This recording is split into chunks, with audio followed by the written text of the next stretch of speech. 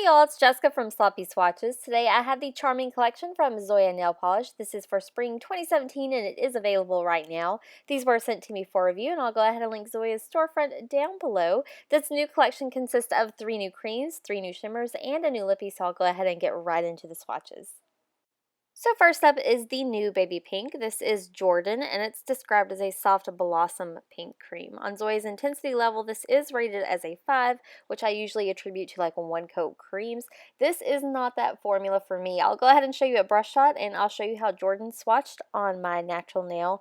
I usually like to go in with a nice thick coat. These polishes were a little bit on the thinner side, so they did pull a tiny bit. It also makes them amazing at self-leveling. So if you prefer thin coats, I think this is going to be an amazing collection for you. I'll go ahead and let this dry, and then I'll come back in and show you what a second coat looks like. Again, with a second coat, I did try to go in with a thicker second coat, and it does bring this one completely opaque, but I had a little bit of flooding issues. So I had a learning curve with these polishes. The rest of them swatched much easier for me, but this is definitely one that you'll want to go in with thinner coats. So here's a look at that completed mani before top coat. These creams do dry down beautifully glossy.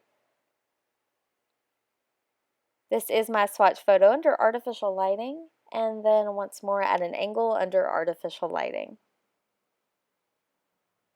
So next up is Abby, and this is described as a light lavender cream. Again, this is rated as a 5. This almost feels like it has some gray tones in there as well. This is very beautiful, very vivid purple. I'll go ahead and show you a brush shot, and I'll show you how Abby swatched on my natural nail. So here I did go in with thinner coats, and it did behave a little bit better for me. This first coat did go on just a tiny bit streaky and a little bit sheer, but it did self-level really well, and it does build up on itself great. So I'll let this dry, and then I'll come back in and show you what a second coat looks like.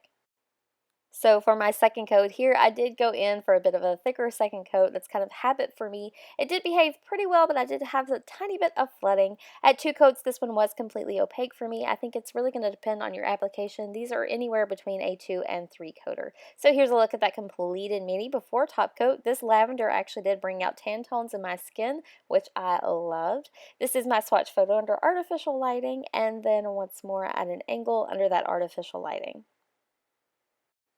Next up is Tina, and this is described as a medium amethyst cream. Again, it is rated as a 5. So this is a little bit of a brighter purple if you prefer a nice punch during the springtime. Here's a look at a quick brush shot, and I'll show you how Tina swatched on my natural nail. So here is one easy coat. I am going in with a thinner coat here. This almost feels like it's a Crelly formula. I feel that way about all of the creams in this collection. I don't feel like it's the typical Zoya cream. It's a little bit maybe tacky, but it does self-level well and it does go on well. It's just a little bit different than maybe what I'm used to. So here is my second coat. I'm going to go in with just a nice easy second coat, and it does bring this one completely opaque for me. Here's a look at that completed mani before top coat. Again, super glossy finish.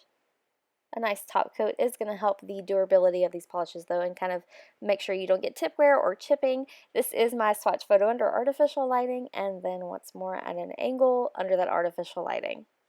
So next up is the first of the more shimmery polishes of the collection. This is Lacy, and it's described as a light dewy green micro sparkle. So the shimmer in here is super fine, very micro flaky. It does add a kind of lit from within glow that is absolutely stunning. I'll go ahead and show you a brush shot, and I'll show you how Lacy swatched on my natural nail. So here is one easy coat. These again are on the thinner side, so I did opt to go in for thinner coats. This does make for a pretty sheer finish, but you do get a ton of that shimmer on the nail. So I'll let this dry and then come back in for a second coat, and I did go in for a thicker second coat. With these, I did get a little bit of brush stroking, so you want to make sure that you cap the tip before your last coat, because you definitely do get that kind of directional where you can tell that you swiped right across the tip. That's the only thing that I would mention, with ease of application.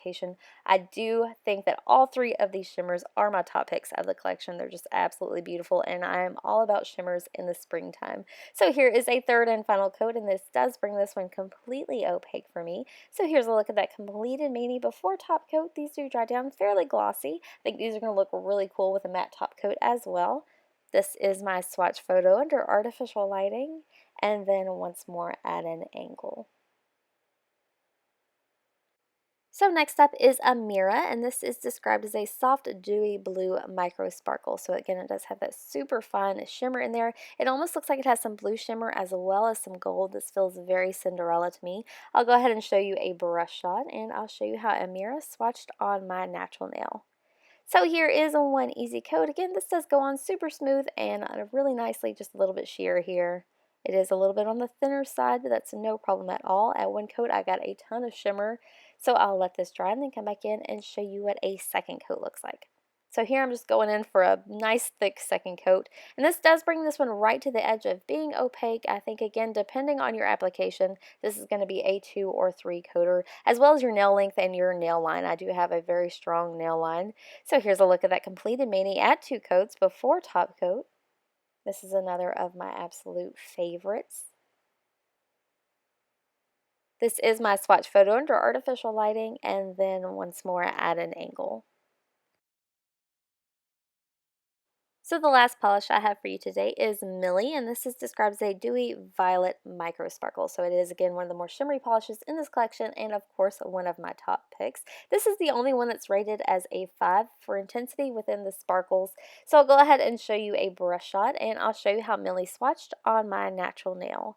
I think it's really interesting that they mark this as a 5 because it does go on pretty sheer. I would rate it right along with the others. The base is a bit more tinted though, so it does build up nice and quick. So here's one coat. I'll let that dry and then come back in for a second.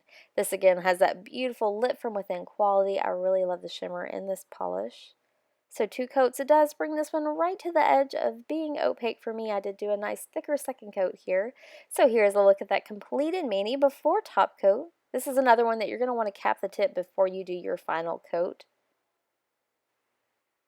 This is my swatch photo under artificial lighting, and then once more at an angle. So lastly, I'll mention really quickly the new lippy. So this is Violet from Zoya, and it's described as an amethyst purple in a hydrating cream formula. So I do love that they are taking the time now to individually shrink wrap these polishes. I think when I swatched the 12 of the basic Zoya lipsticks, they were not shrink wrapped, so I really appreciated that step. Violet is a beautiful, bright fuchsia pink. It did wear very well. It's very moisturizing. I would say it's not a long-wearing cream, but it does feel very nice on the lips. So that wraps up today's swatch and review of the Charming Collection by Zoya. These are available right now. You can head to your local Ulta, or they are available on the Zoya webpage. If you'd like to see more photos as well as comparisons, I'm going to throw those up on my blog at sloppyswatches.wordpress.com. Or you can follow me on Instagram at Sloppy Swatches. I will be water marble testing these polishes super soon, so stay tuned for that. And thanks so much for watching, guys. See you next time.